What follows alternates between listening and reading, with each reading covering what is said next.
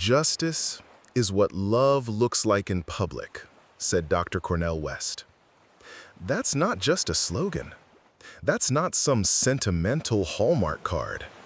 That's a moral declaration, a spiritual provocation, a revolutionary invocation from the deepest wells of democratic soulcraft. You see, my brothers and sisters, we live in an age of spectacle, where love is often reduced to emojis, hashtags, and shallow performances. But love, real love, radical love, ain't cute, ain't convenient, ain't about feeling good. It's about telling the truth, even when it costs you. It's about standing up for the broken, reaching out to the abandoned, protecting the crushed and the forgotten. So when I say justice is what love looks like in public, I'm talking about the kind of love that's willing to march through tear gas, that's willing to go to jail, that's willing to lose status, privilege, platform for the least of these.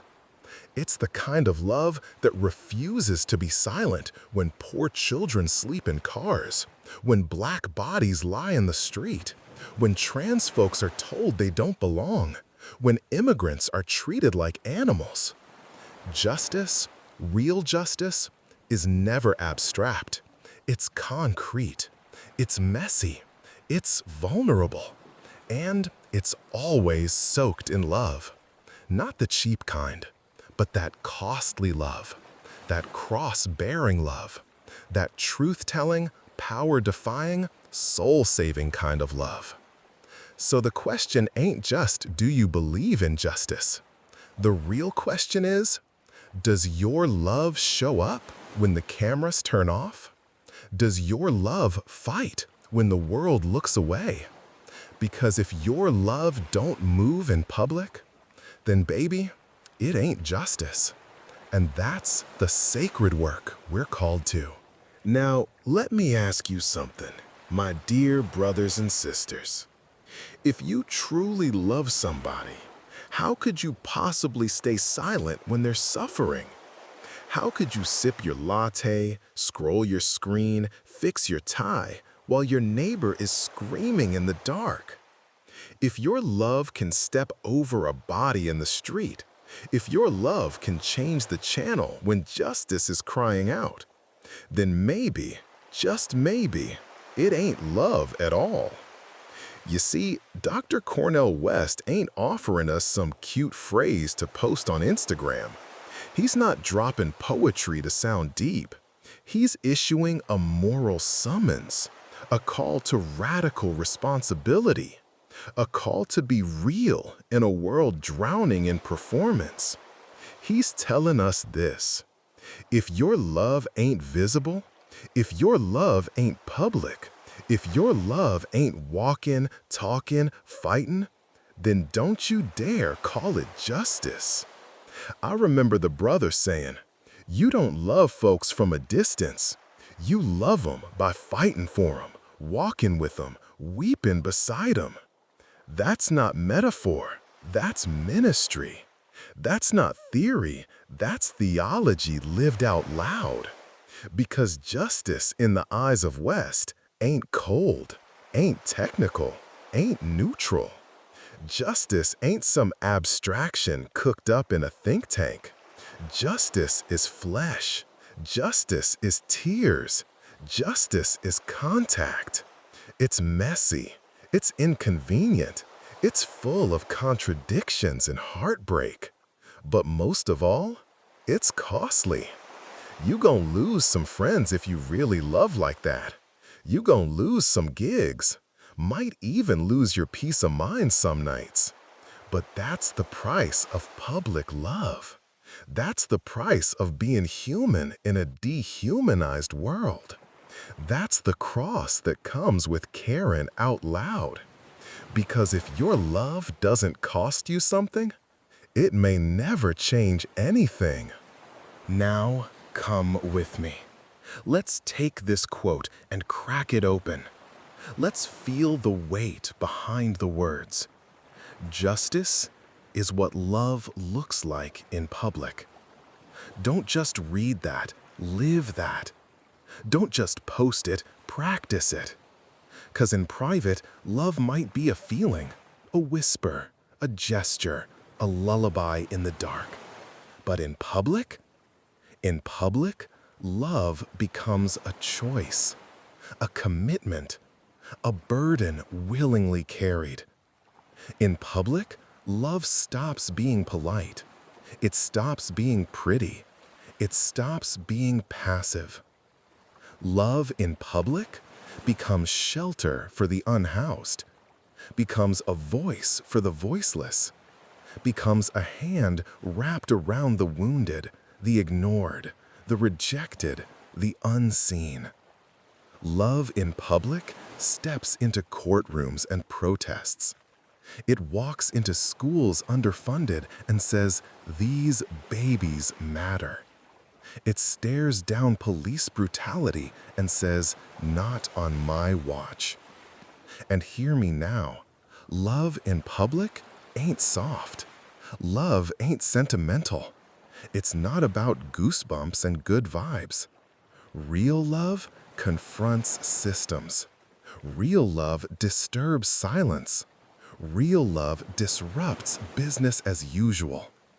Real love don't sit down when black folks can't breathe, when working folks can't eat, when immigrant children sleep on concrete floors. Real love don't sip wine while the world burns.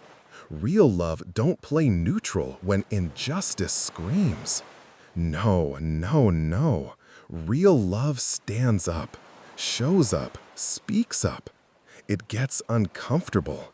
It gets criticized, but it never compromises the dignity of the human being. That's why justice, true justice, is never separate from love. It is love made visible, love with boots on, love in motion, love willing to go the distance, and then some. Now, maybe you're sitting there asking yourself, what can I do? I'm just one person. I don't have a platform. I don't hold office. I'm no revolutionary. Well, let me tell you something. You don't need a microphone to tell the truth. You don't need a degree to walk in dignity. You don't need 1,000 followers to be faithful to the wounded. You start small, but you start real. You speak up when that woman in the meeting is ignored. You step in when that child at school is mocked for being different. You lean in when your brother is breaking in silence but too proud to say so. You say, "I see you, I hear you. You matter, and not just when it's trending." You don't gotta topple empires overnight, but you do gotta refuse to be silent in your corner of the world. 'Cause let me tell you, injustice doesn't always come in jackboots. Sometimes it shows up as a joke passed off as harmless. Sometimes it's the policy that punishes poverty while rewarding greed. Sometimes it's just that awful silence when someone is dehumanized and nobody blinks. Justice ain't always dramatic. Sometimes it's quiet. Sometimes it's awkward. Sometimes it's just showing up. Sometimes justice is choosing not to laugh when the joke punches down. Sometimes it's making room at your table for the one who's never been invited. Sometimes it's calling your grandma in love and saying, "I can't let that prejudice pass, not anymore." Sometimes it's looking power right in the eye and saying, "Not today, not on my watch, not with my silence." And sometimes it's saying nothing and letting somebody else speak who's never had the mic. That's justice too.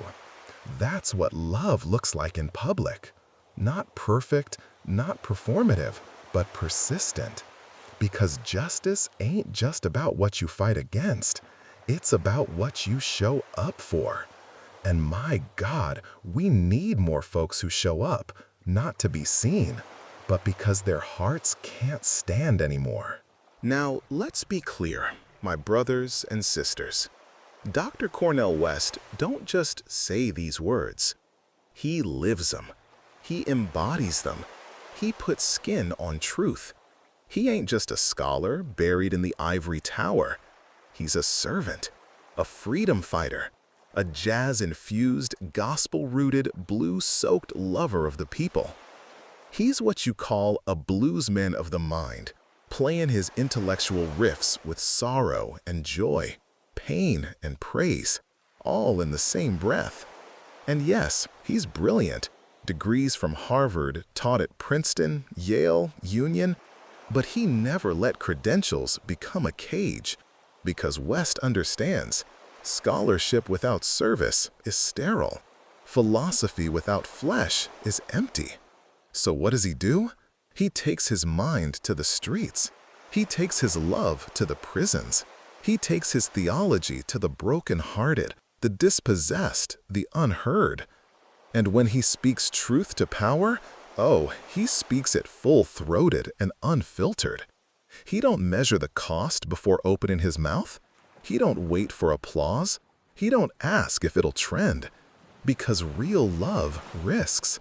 And love, when it's public, almost always comes at a price. He's lost jobs. He's lost book deals. He's lost invitations to the high tables of liberal respectability. But he's never lost his soul. Because love, as he teaches, is willing to lose everything, except its integrity.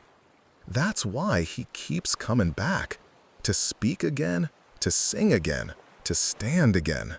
You knock him down, he'll rise with another word. You close the doors, he'll preach from the sidewalk. Because for Dr. West, truth-telling is not a strategy. It's a calling. Justice is not a concept. It's a covenant. And love, real love, don't retire. Love shows up, scars and all, again and again, because the people are still suffering, and silence is not an option. So now I gotta ask you, not just politely, not theoretically, I ask you existentially. I ask you as one wounded soul speaking to another. If you say you love justice, but you walk past your neighbor's pain, if you scroll past the suffering, if you joke away the injustice, if you numb yourself with comfort and convenience, then do you love at all? 'Cause love that stays locked behind closed doors is not love, it's avoidance. And justice that never touches the street is not justice, it's just intellectual decoration.